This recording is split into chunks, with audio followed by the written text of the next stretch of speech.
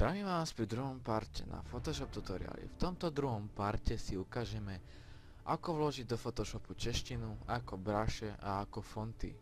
V prvom rade si ukážeme, ako vložiť do Photoshopu češtinu. V popise videa budete mať link na download, ktorý som uploadol na Uložto. Si to stiahnete. Ja už to stiahnuté mám, takže mne to netreba stiahovať. Pôjdete na plochu, otvoríte si WinRAR. Keby ste nechápali tomuto tutoriálu, tak tu máte ešte návod, ako to spraviť. Dáme si tento počítač, lokálny disk C, program Files, Adobe Photoshop CS5, Locals a tu budete mať NGB, alebo neviem aký jazyk máte v Photoshopu. Odstraníte túto zložku a presuniete tam túto. A už to tam mám, takže mi to netreba.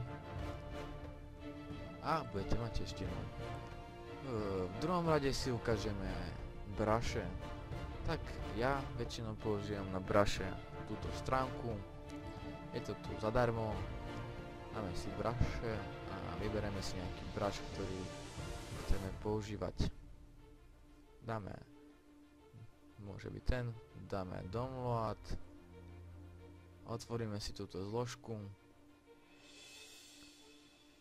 stále to presunieme niekde, kde budú tie bruše, to v takom priečinku, dáme si bruše v Photoshope, dáme si načísť stopy a tu už bude, otvoríme to a vidíte, že to tu je. Vyskúšame to, či to funguje. Vidíte, že to funguje. Takže takto to nejak vyzerá. Tak v poslednom rade si ukážeme fonty. Ja používam túto stránku. Všetko bude v popise videa. Je to tiež zadarmo. Takže treba platiť. Máte tu nejaké štýly tých fontov, vyberete si nejaký, ja neviem aký si vyberiem, napríklad 3D,